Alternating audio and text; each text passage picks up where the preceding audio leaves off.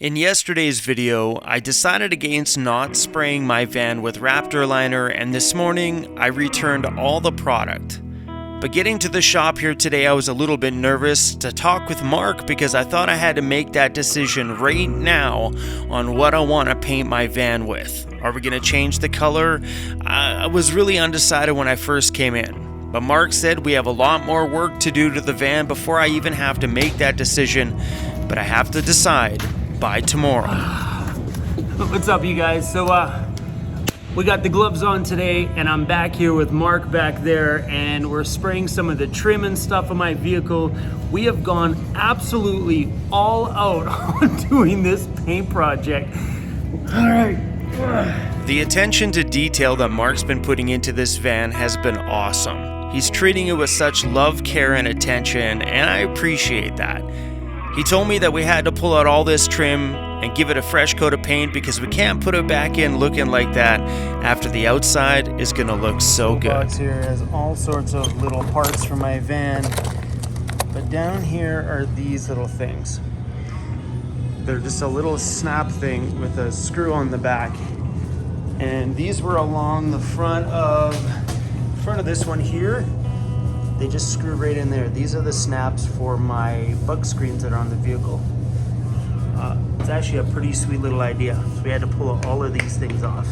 So it looks like we're using the Duplicolor trim and bumper paint and some adhesion promoter, which actually makes complete sense, because chances are I would be the person that would just grab this and not do that process of wiping it down, scuffing it. I would have just literally wiped it down with Windex and a rag and just like sprayed this on there, and it would have been chipping in like a day. All of these things are the trim that goes around my entire vehicle. This one is from underneath my back bumper. That's on my back door sill, so when you open up the doors, that's where the doors shut. This is from the front of my van. So from behind the front bumper, you don't see any of the metal. That's where that's from. My driver's and passenger steps, and that's my entrance to my home with all the glue, all the glue on there. Because when I put my trim on there, I just glued it. We're gonna change that. Because I DIY'd parts of my van on my own, there are some things that were done with just glue. One of those was putting on this trim piece here. I glued it to my floor, which clearly has not stayed, and this side of it was glued to the plastic trim piece that's on here. So I'm thinking about removing this whole trim piece, which means I may have to pull this bowl up if I can't squeeze it out from underneath. I've seen aluminum ones or like stainless steel ones at Rona or Home Depot or Lowe's, and I might put it on there and actually screw it right to the floor. What's up, brother? Oh, you know, just another day in paradise. How you doing, man? Just making a video here. Just good timing. How's everybody doing? All right, bro. Nice talking to you, man. Bye. Oh, how funny is that when I'm talking about DIYing and some of the things that I kind of skimmed out on, and then Overland Interiors, the gentleman that built my van on the inside here, the guy that's responsible for all that, calls me. It's like something in his brain's like, Hank Chrome needs a reminder on why a professional build was way cooler than you like gluing stuff to the floor. So anyway, I was thinking about putting a nice aluminum trim across here and actually screwing it to the floor and screwing it through here. That way it's on there. It's not going to pull up like this one has been, because when I sit on here, it pulls up this way. And also when I go up, sometimes my foot gets caught on it. So if I screw it to the floor, it's good to go. We also have another little project that I would like to do inside my van at some point. So as soon as my van's painted, the whole outside's all done, that'll be the last actual upgrade on the vehicle. After that, it's just going to be general wear and tear and maintenance. And one of the next things is doing this floor. I don't think you guys have seen this. So the little roll-on linoleum floor, so I have one here. Underneath there, it's pretty dirty right now, is another layer of my linoleum. So I put this layer over the other layer last time. And I think I'm actually going to properly lay down a wood floor. I was told that I could lay a board down over here, over top of all this, hi Cruzy, trim it out around there and actually lay a laminate floor right over top of this one, because taking that out is not going to happen. Because if we take that floor out, that means all of this stuff needs to be removed. Hey little buddy. And I don't want to do that. So putting a board in here that just trimmed around and putting a nice floor in there, I think is something I'm going to do soon, so I don't got to keep hiding this with my blanket.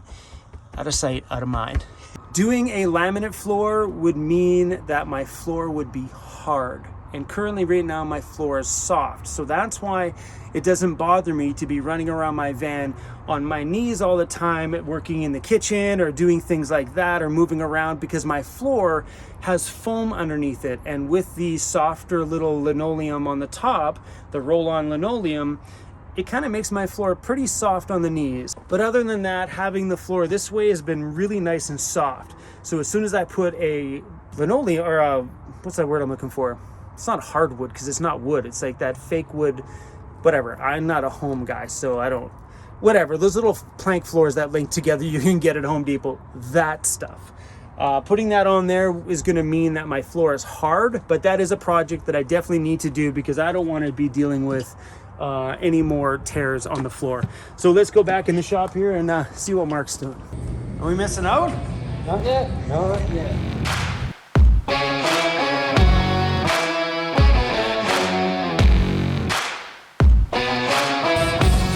So he put a light layer on here first, just a super light dusting on all the pieces.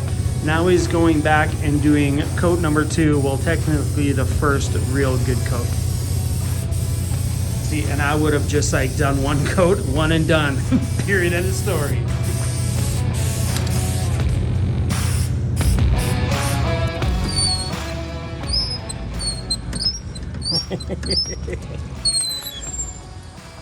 So the other day, we pulled my back door panels off on my van and exposed this mess. My van's been pretty banged up back here. That's why I bought new side doors for it, because the side doors used to look like this, just kind of like a big mess.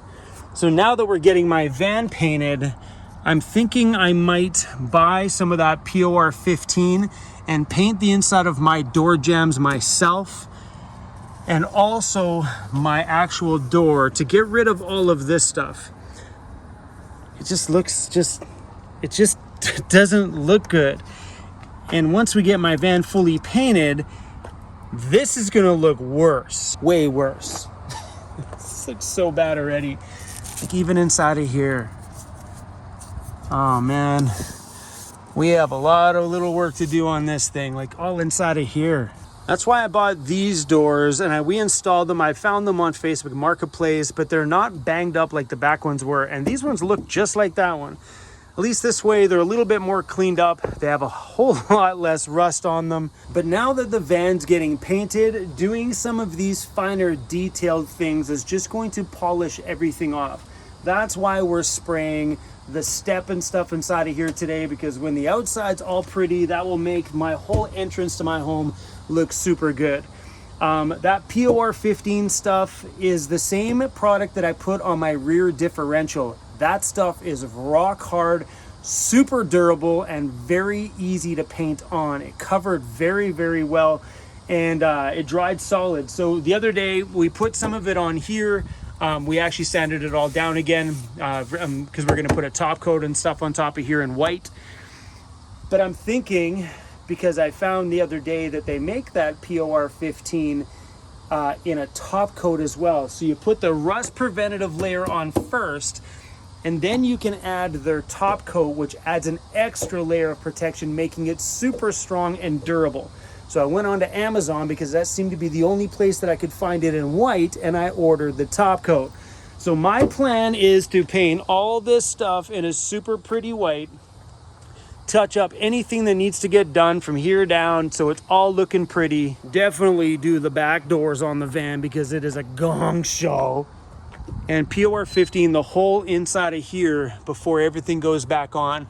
So at least when the doors are open against the new paint job, This has a very nice looking presentation. I never noticed how bad that looked until we started doing all this paint work.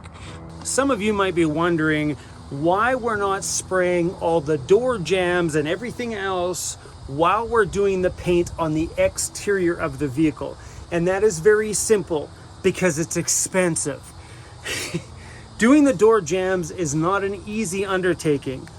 This would need to be removed, all this stuff taken off, and then the doors sprayed separately, and then the door jambs sprayed after that. Excuse me, door. All this stuff would need to be fully removed. And that would also add probably another week to my timeline and money that I just don't really want to spend on this van. So I've chosen just to get the exterior sprayed and then deal with all the door jambs and stuff on my own. I think it'll look pretty good anyway. Right, Mark? Got it. He's just agreeing with me. He has no idea what I'm talking about. Did you see my doors? That face explains everything. Yikes. Dude. These ones look amazing. So because these are the steps to get into my vehicle, they take way less abuse than the one that I used to get in and out of my home. This one takes more abuse than anything, because I'm in and out of the side doors more than I'm in and out of my driver's door or my passenger door, clearly. We're at Rona here looking for some of that, here we go. Some of that trim stuff for the door. It's a little bigger. Oh, that's a little bit too big.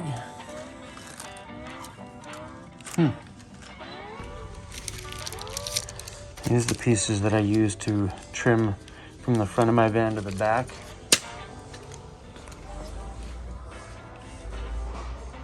I'm looking for something wider than this one, but these might work.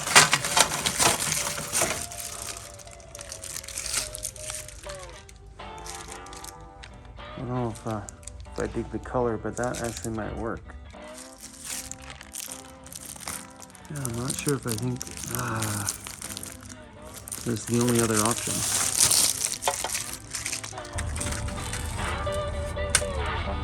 Really not sure if this trim I bought is gonna work, because it's like half the width of the one that's on here, and there's so much glue and stuff. Look how gross it is, all that dirty glue. I don't know if I'm gonna be able to get that stuff off enough. So that looks pretty enough for me to put this trim on. I might have to just buy more of this and put screws all the way down that edge to keep it down next time. I really would just like to do a big one. That way I'd only have to screw it every so often to hold the whole thing in, right? And then run a bead of silicone through there so no water gets through. It's gonna take a lot of little work here, but I think this stuff's gonna come up okay. Oh man, I think we're okay. Oh, this is great. Good news. We just took my trim off this door, and I forgot, like when I bought the van, it was a moving van, so it was like a huge dent. Look at all the backcountry dirt in here. There's memories in here from who knows what backcountry road. That's insane.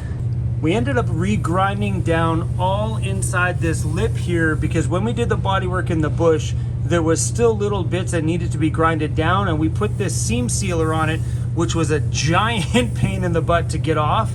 And then we just went over this thing with a grinder and got it down as smooth as we can, because you can tell back there's a lot of welds. I didn't want to go too deep on some of these because I didn't want it to go through, but we definitely smoothed it out like 90% better.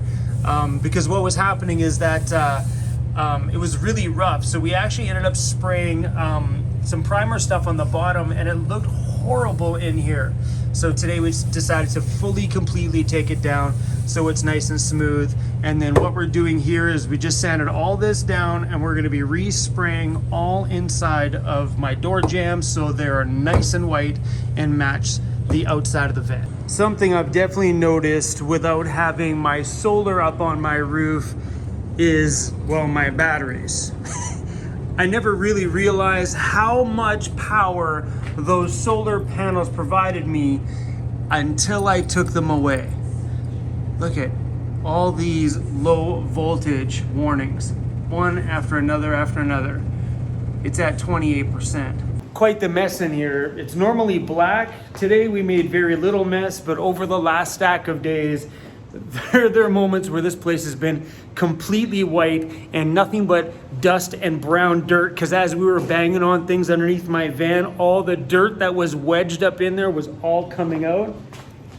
Oh man, we have been grinding away at this. Mark has been working his butt off. So has Junior. Junior wasn't around here today. But yeah, my solar, man, I've been drained dead. And I never really realized before how much the solar was actually providing me with power.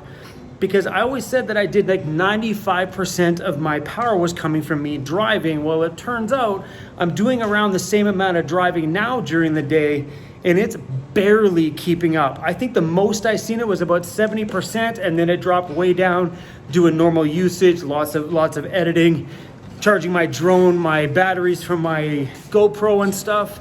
And now look at today, we're down to like 28%.